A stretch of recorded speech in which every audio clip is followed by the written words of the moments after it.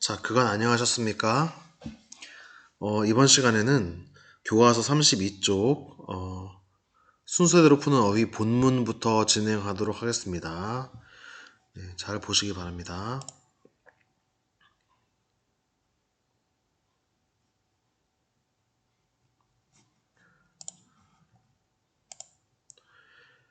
네, 한자 어휘 중에는 우리말 어순과 같이 앞에서부터 차례로 풀이하는 어휘가 있고 우리말 어순과 다르게 뒤에서부터 풀이하는 어휘가 있습니다. 이번 단원에서는 앞에서부터 풀이하는 병렬, 수식, 주술 관계로 이루어진 단어를 살펴봅니다. 그 중에서도 신체와 계절에 관련된 한자 어휘를 알아보고 바르게 풀이해 보도록 합시다.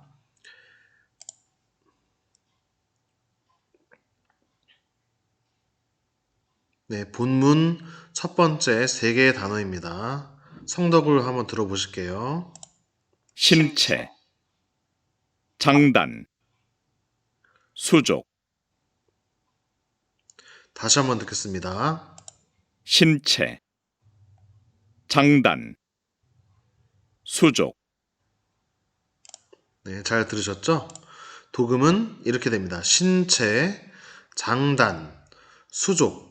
네, 신체, 장단, 수족. 이렇게 도금을 하고요. 읽고요.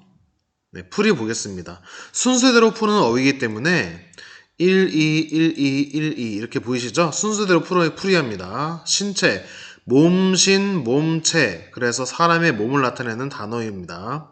동물에는 쓸까요? 예, 동물에는 쓰지 않는 단어입니다. 신체, 사람의 몸을 얘기합니다. 그 다음에 장단, 길고 짧음이라고 되어 있죠? 장단, 네, 예, 길고 짧음. 서로 반대되는 의미로 지금 한 어휘가 형성되어 있죠. 세 번째, 수족, 손과 발입니다. 손과 발. 수족은 또 다른 뜻이 있습니다. 어떤 뜻이 있을까요?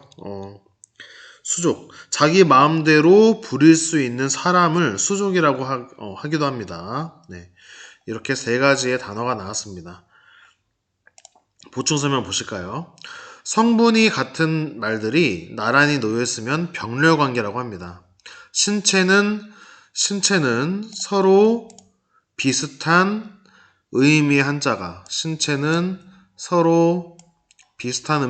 나란히 놓여진 경우입니다. 이걸 뭐라고 할까요? 서로 비슷한 의미니까 이거를 우리가 보통 유사라고 합니다. 유사. 네. 네.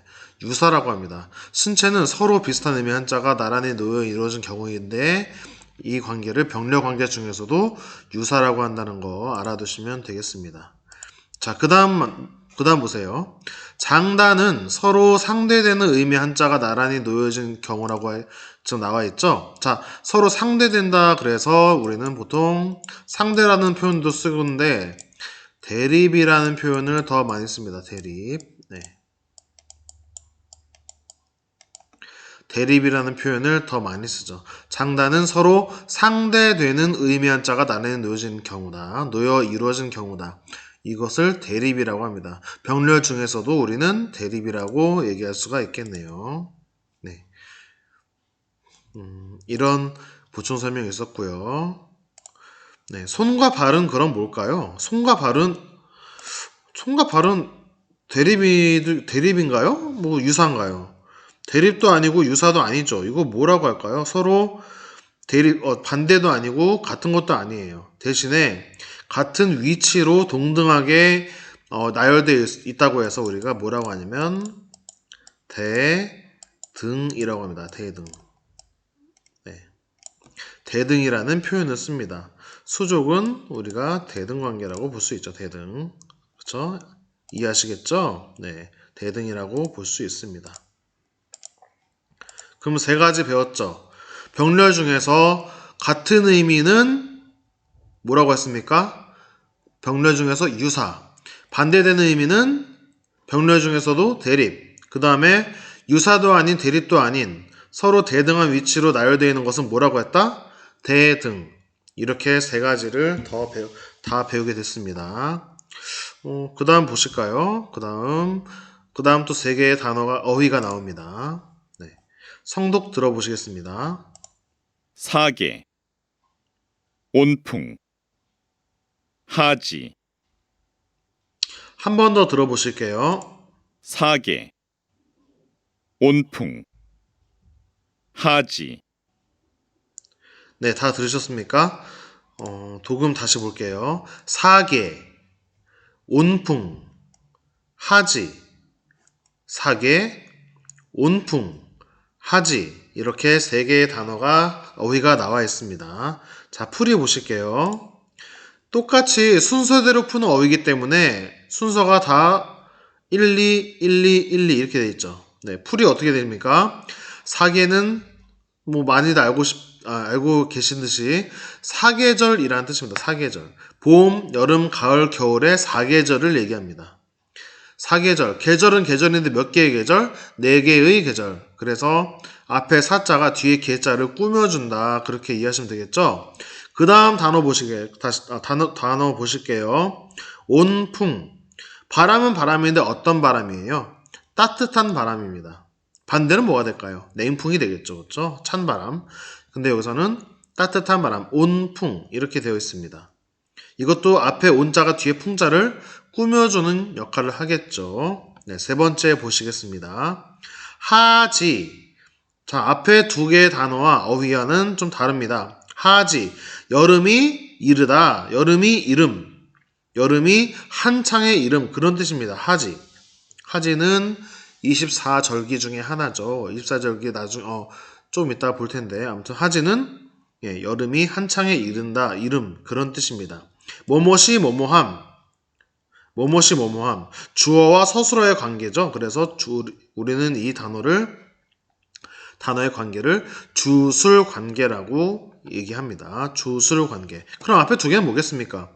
앞에 꾸며주는 말, 뒤에 꾸미는 받는 말, 수식어, 피수식어. 그래서 이 두 개의 단어는 수식 관계. 사계와 온풍은 수식 관계라고 하고 하지는 뭐라고 한다? 주술 관계라고 한다. 네. 보충 설명 보실게요. 자, 꾸며주는 말 수식어와 꾸밈을 받는 말 피수식어의 결합하여 있으면 수식 관계라고 한다. 그 다음에 주어 역할을 하는 말과 서술어 역할을 하는 말이 결합하여 있으면 뭐라고 한다? 주술 관계라고 한다. 그 세 번째, 하지는 24절기의 하나로 북반구, 지금 한반도가 속해 있는 북반구에서는 낮이 가장 길고 밤이 가장 짧다고 지금 소개되어 있습니다. 하지. 그럼 반대말은 뭐가 될까요? 낮이 가장 짧고 밤이 가장 긴 날. 우리가 보통 동지라고 하죠. 동지. 예, 동지라고 합니다. 네, 이렇게 해서 본문의 뜻을 한번 쫙 훑어보았습니다. 네. 그렇다면 우리 옆에 본문풀이를 한번 좀 더 보실게요. 네. 본문풀이 이쪽이죠? 이쪽을 한번 보시기 바랍니다. 교과서 33쪽입니다. 저와 여러분들이 함께 공부했던 부분이 여기에 모두 제시가 되어 있습니다. 본문풀이. 자, 성분이 같은 말들이 나란히 놓였으면 병렬관계라고 한다. 신체는 서로 비슷한 의미의 한자가 나란히 놓여진 경우다. 신체, 신 플러스 체, 사람의 몸. 그죠? 장단, 비슷합니다. 장단은 서로 상대되는 의미의 한자가 나란히 놓여있는 경우이다. 그 다음에 손과 발. 밑에 보이시죠? 수식어, 피수식어. 사계, 온풍, 하지에 대한 풀이가 되게 상세하게 나와 있습니다. 도움말 되게 중요한데요. 우리 도움말 이쪽 보실게요. 보시면 어디에요? 도움말은 지금 교과서에 오른쪽에 제시가 되어 있습니다. 쪽 오른쪽에 제시가 되어 있습니다. 자, 장단이라는 낱말의 뜻을 잘 보세요. 첫 번째는 길고 짧음이죠. 두 번째는 뭡니까? 장점과 단점이 되어 있죠. 그렇죠? 길고 짧음, 장점과 단점. 네. 이런 식으로 지금 단어의 뜻이 제시되어 있습니다. 밑에 보시면 수족. 첫 번째는 손과 발이란 뜻인데 두 번째는 뭐가 되어 있습니까? 마음대로 부리는 사람 이렇게 되어 있습니다. 수족, 마음대로 부리는 사람. 세 번째 발족자가 나왔습니다. 발족자의 뜻은 1번 발이고 두 번째는 충분하다라는 뜻으로 쓰였네요. 충분하다. 만족하다 할 때 족자입니다. 충족, 만족. 이해되십니까? 네, 이런 식으로 도움말 잘 보시기 바랍니다. 도움말 되게 중요해요. 아시겠죠? 네, 방금 제시됐던 그런 풀이들이 부문풀이가 상세히 지금 제시되어 있다는 거 잘 알아두시면 되겠습니다. 네, 본문풀이 여기까지 하고 좀 넘어갈까요? 네, 지금 실천 열매 맺기. 오늘은 여기 34쪽까지만 진행하고자 합니다. 네, 네. 실천 열매 맺기, 계절과 절기 알기 보시겠습니다.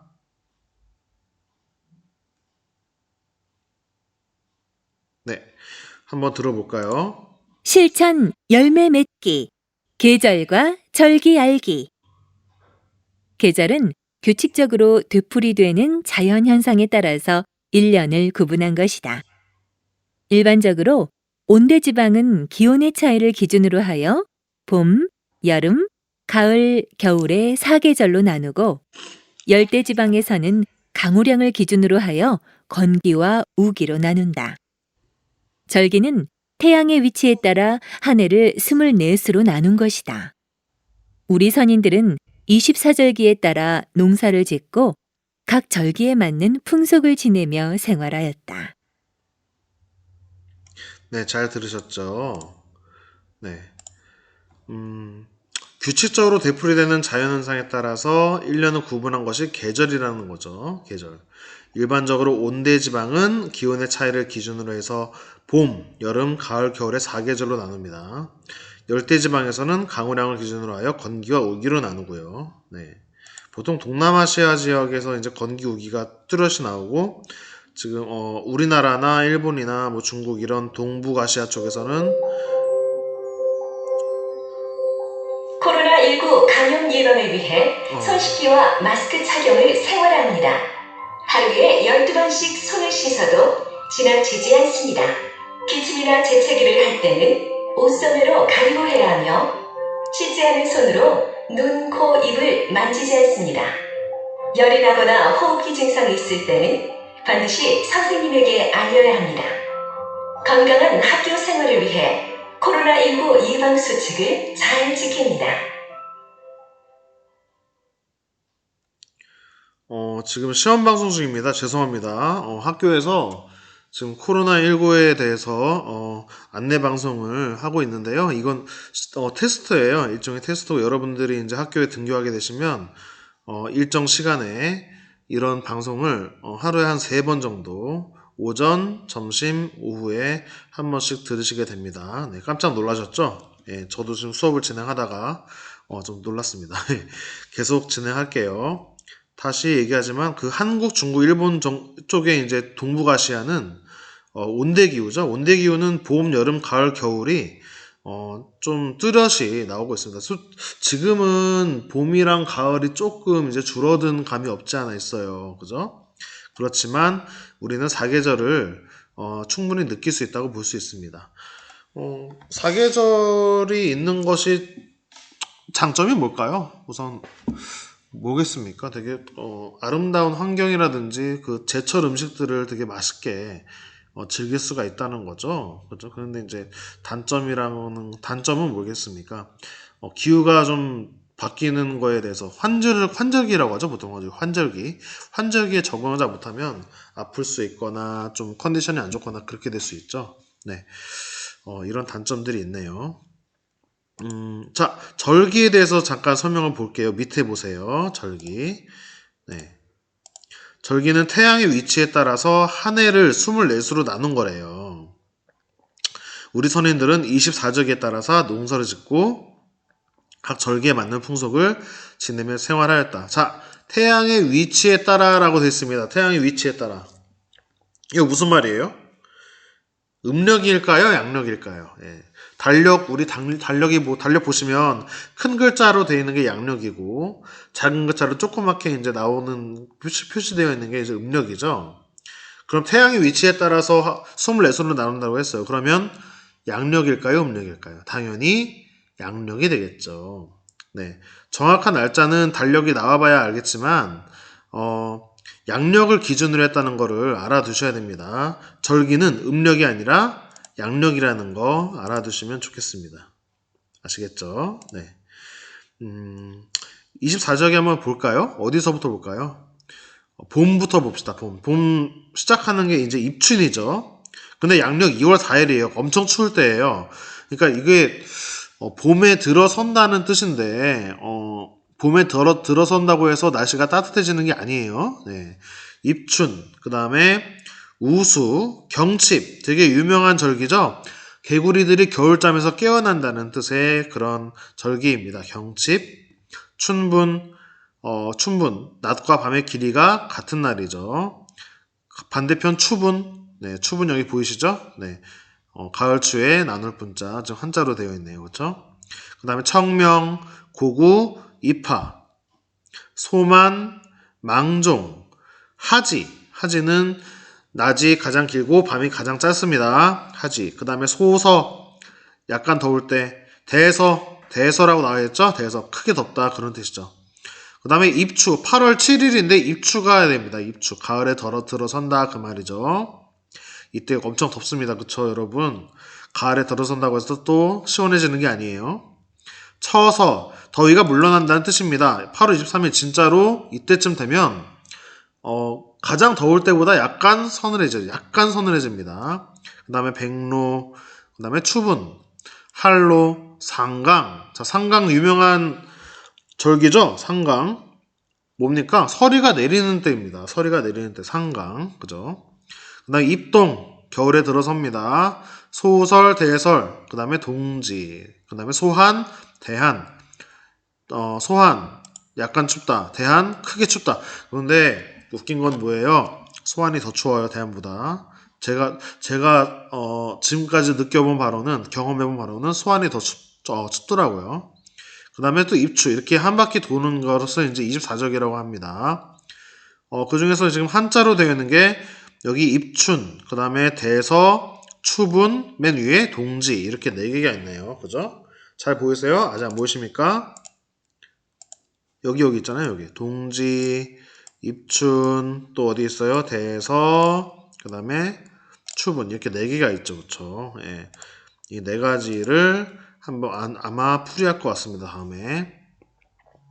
자, 밑에 보시기 바랍니다. 위에 제시된 24절기 중에 한자로 표기된 명칭의 뜻을 조사하여 써보자고 합니다. 자, 4가지 정답 볼까요? 입추는 봄의 기운이 선다, 그 다음에 대서는 몹시 심한 더위를 얘기하는 거고, 추분은 가을의 분기점이라고 되어 있는데, 추분의 특징, 춘분과 마찬가지로 낮의 길이와 밤의 길이가 같습니다. 아시겠죠? 그 다음에 동지, 겨울이 한창의 이름, 동지의 특징은 뭐예요? 낮이 가장 짧고 밤이 가장 긴 날입니다. 그리고 동지에는 우리가 팥죽을 쏘아 먹죠. 팥죽, 그죠? 네. 팥죽이 보통 뭐죠? 그 붉은색을 띠죠. 팥죽. 그 붉은색이 그 잡귀를 몰아낸다고 해서 이 동지 때 팥죽을 쏘아서 먹기 전에 막 뿌리기도 해요. 집안에. 집안은 아니고 저기 마당이라든지 그런 데 뿌리기도 합니다. 네. 그리고 이제 팥죽을 쏘아 먹죠. 네, 그 얘기는 좀 이따가 하고요. 그 다음 밑에 보시기 바랍니다. 한국, 중국, 일본의 입춘과 동지의 풍속을 모든별로 조사하여 발표해보자. 이런 거 잘하면 재밌죠. 잘만 하면 되게 재밌습니다. 근데 지금 여러분들이 할 게 없어가지고 좀 아쉽네요. 나중에 오시면 같이 활동해 보도록 합시다. 그 전에 우리가 예시를 한번 보도록 하겠습니다. 자, 한국, 중국, 일본의 입춘 풍속 먼저 보시겠습니다. 입춘 풍속. 네. 입춘 풍속을 먼저 보시겠습니다.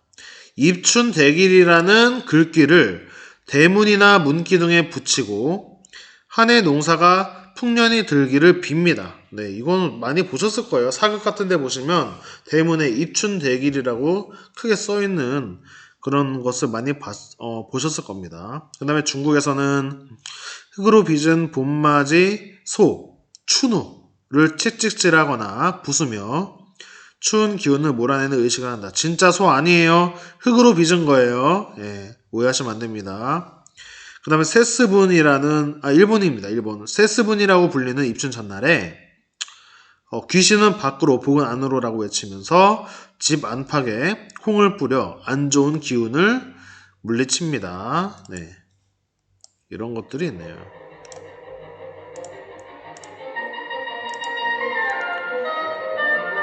지금 종이 울리고 있습니다. 예.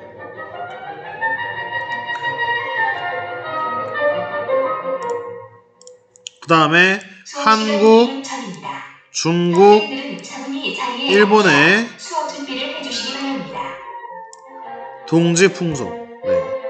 한국, 중국, 일본의 동지 풍속에 대해서 보겠습니다.